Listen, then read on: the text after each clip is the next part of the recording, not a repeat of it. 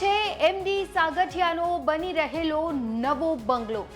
એની exclusive તસવીરો ગુજરાત તક પાસે આવી છે અને આ તસવીરો જોઈ તમે પણ વિચારવા મજબૂર થઈ જશો કે આ પૈસા કેવી રીતે અને ક્યાંથી આવ્યા આ સાગઠિયા પાસે કે આટલો મોટો મહેલ, આટલી બધી મિલકતો તેને ઊભી કરી નાખી છે।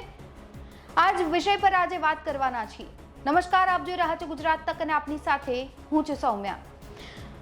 રાજકોટ ટીઆરપી ગેમ ઝોનમાં લાગેલી આગના કારણે કેટલાક માસૂમોના જીવ છે એ હોમાઈ ગયા।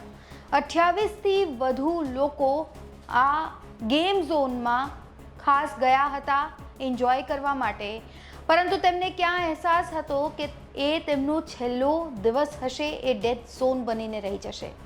અને હવે સરકાર તંત્ર એક્શન મોડમાં આવી છે અને યોગ્ય કાર્યવાહી હાથ ધરવામાં આવી રહી છે। 5 આરોપીઓની અત્યાર સુધી ધરપકડ કરી લેવામાં આવી છે અને આ સાથે જ અનેક પુરાવાઓ પણ એકત્રિત કરવામાં આવી રહ્યા છે, જેમાં સૌથી વધારે ચોંકાવનારી વિગતો સામે આવી છે કે આ ગઠિયા પાસે બહુ બધી મિલકતો હતી, પરંતુ આ મિલકતો માટે પૈસા તેના પાસેથી ક્યાંથી આવ્યા? કારણ કે તેના પાસેથી તો માત્ર ને માત્ર 50,000 થી 70,000 રૂપિયાનો પગાર હતો અને કરોડોનો બંગલો છે એ એને આ પગારમાંથી ઊભો કર્યો છે। તેને લઈને અત્યારે સૌથી મોટો સવાલ છે। આ સાથે જ અનેક ખુલાસાઓ થઈ રહ્યા છે। શું છે જાણીએ।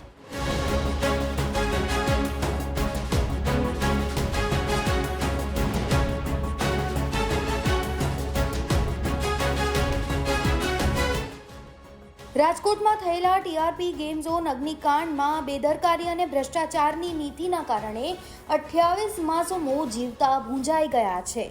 આ મામલામાં અત્યાર સુધી 5 લોકોની ધરપકડ કરવામાં આવી છે। એક આરોપી હજુ ફરાર છે।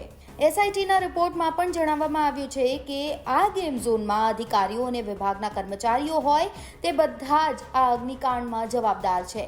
ખાસ કરીને આ સમગ્ર અગ્નિકાંડમાં ટાઉન પ્લાનિંગ અધિકારી એટલે કે ટીપીઓનું નામ સામે આવ્યું હતું। એ છે મનોજ સાગઠિયા। આ એ જ મનોજ સાગઠિયા છે જે અત્યારે આપ સ્ક્રીન પર જોઈ રહ્યા છો। રાજકોટ અગ્નિકાંડમાં મોતના ગેમ ઝોન સામે આંખ મીચામણા કરનારો એમડી સાગઠિયા કરોડો રૂપિયાનો આસામી હોવાનો ખુલાસો થયો છે। 8 કરોડનો બંગલો, 3 પેટ્રોલ પંપ, 200 કરોડની જમીન સહિતની મિલકતો વસાવી હોવાના આરોપ લાગ્યા છે। ભ્રષ્ટ બાબુઓની એસીબી તપાસ કરી રહી છે। આ સાગઠિયાની રાજકોટ, ગોંડલ, વીરપુરમાં અનેક જગ્યાએ પ્રોપર્ટી હોવાની ચર્ચા છે। જેતપુર રાજકોટ નેશનલ હાઈવે સરખડી પાસે વિશાળ જગ્યામાં આધુનિક સુવિધાવાળું ફાર્મ હાઉસની કામગીરી પણ ચાલુ છે। હાઈવે પર આવેલ ફાર્મ હાઉસ તેમના પરિવારનું હોવાની ચર્ચા છે। ટીપીઓ એમડી સાગઠિયા તેમજ તેમના પરિવારની અનેક જગ્યાએ જમીનો, પેટ્રોલ પંપ, બંગલો હોવાનું અનુમાન લગાવવામાં આવી રહ્યું છે। 50,000 થી 60,000 પગારદાર પાસે, તેમના પરિવાર પાસે આટલી સંપત્તિ આવી ક્યાંથી? તે એક મોટો સવાલ છે। એસીબી દ્વારા ગેમ ઝોન કાંડમાં સંડોવાયેલા અધિકારીની સંપત્તિની તપાસ કરવામાં આવે તો અનેક બેનામી વ્યવહાર મળી આવે તેવી શક્યતા છે। ત્યારે પાડોશી શું કહી રહ્યા છે, સાંભળીએ। મારી રજૂઆત છે આ ભયંકર ભ્રષ્ટાચારના પત્રકારો જે અત્યારે બિરદાવું છું હું તમને બધાને, કારણ કે અત્યાર સુધી અનેક રજૂઆતો લોકોએ કરી પણ કોઈનું સાંભળવામાં નથી આવ્યું અને કોઈનું માનવામાં પણ નથી આવ્યું। આ ભ્રષ્ટાચારને તમે આ વખતે નીતિમત્તાથી પબ્લિક સુધી પહોંચાડો છો। તમે આ ભ્રષ્ટાચારની વિરુદ્ધના દરેક સૈનિકો છો અને એટલો બધો ભ્રષ્ટાચાર આ ન્યૂ રાજકોટની અંદર અને આ સમગ્ર રાજકોટમાં થયેલો છે કે જેના અનેક પુરાવાઓ સાથે અમે રજૂઆત કરી છે। આ પુરાવાઓનો નાશ કરી દેવામાં આવે છે। મારી આપવીતી એ છે કે મારી બાજુમાં 96 વારના મકાનની અંદર 2 બેડ હોલ કિચનના 5 માળના ફ્લેટ બની ગયા છે। 25નો રોડ છે, પ્લોટનું મોઢું 25નું છે, જેની માન્યતા મળે નહીં। જો ખરેખર ફ્લેટ બનેલા હોય અને એની માન્યતા મળે તો દરેક ફ્લેટની અંદર એક્ઝિટ અને એન્ટ્રી એ રીતનું બાંધકામ હોવું જોઈએ. આપ તમામ પત્રકારોને આ વિસ્તારના ટીપીઓ ઉપર હું આક્ષેપ કરું છું અને અનેકવાર મેં ભૂતપૂર્વ ટીપીઓ, અત્યારના ટીપીઓ નહીં, જેને ભૂતપૂર્વ કરી નાખ્યા આપ સૌની રજૂઆતથી એની ઉપર હું આક્ષેપ કરું છું. સાગઠિયા સાહેબ છે અને વહીવટ તો કેટલાય કર્યા હોય એવા નજર સમક્ષ આવે છે ભાઈ. અત્યારે તમને કઈ રીતના હેરાન કર્યા? મારા માતા પિતા 80 વર્ષના સિનિયર સિટીઝન છે. તેમને ગુજરાત ગૌરવ પુરસ્કાર નાટ્ય ક્ષેત્રે મળેલો છે. રાષ્ટ્રપતિ ભવનમાં બોલાવી એમનું રાષ્ટ્રપતિના હાથે સન્માન થયેલું છે. આદરણીય નરેન્દ્ર મોદી જ્યારે ગુજરાતના મુખ્યમંત્રી હતા ત્યારે પણ તેમનું સન્માન થયેલું છે. એવા સિનિયર સિટીઝનોને માનસિક ત્રાસ આપેલો છે અને અંતે અમારે એમની એમ કહેવું પડ્યું હતું કે હવે તમે અમારું મકાન પચાવી પાડવા માટે જે ત્રાસ આપો છો ને એમાં અમે અમારો આખો પરિવાર આત્મવિલોપન કરશું. ત્યારે અમને આ ત્રાસ દેવાનો બંધ કર્યો.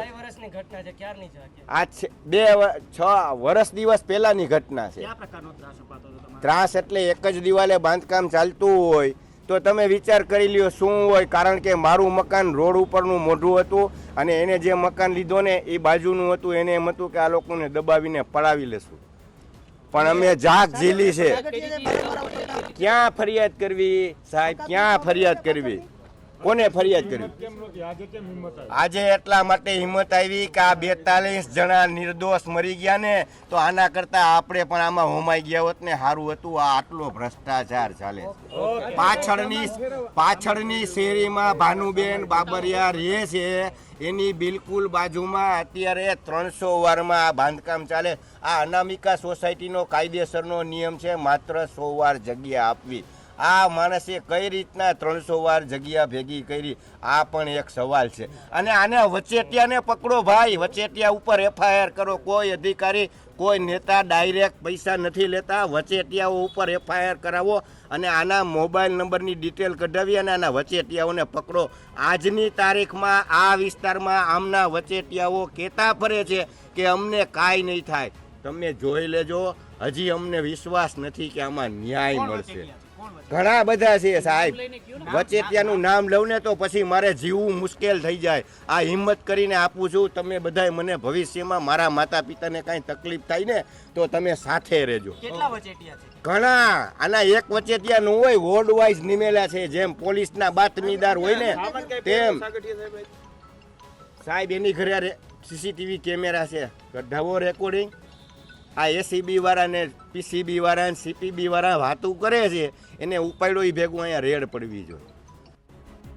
સરકારી બાબુ મનોજ સાગઠિયા પાસે ક્યાંથી આવી કરોડોની સંપત્તિ?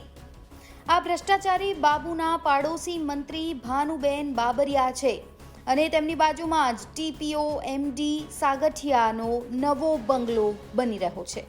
આ ભ્રષ્ટાચારની પોલ ખુલ્યા બાદ રાજકોટમાં કેવા ભ્રષ્ટાચારીઓ ભર્યા છે તે પણ આપ અનુમાન લગાવી શકો છો. TPO MD સાગઠિયાના પાડોશીઓ પણ કહી રહ્યા છે કે સાગઠિયા ભ્રષ્ટાચારી છે.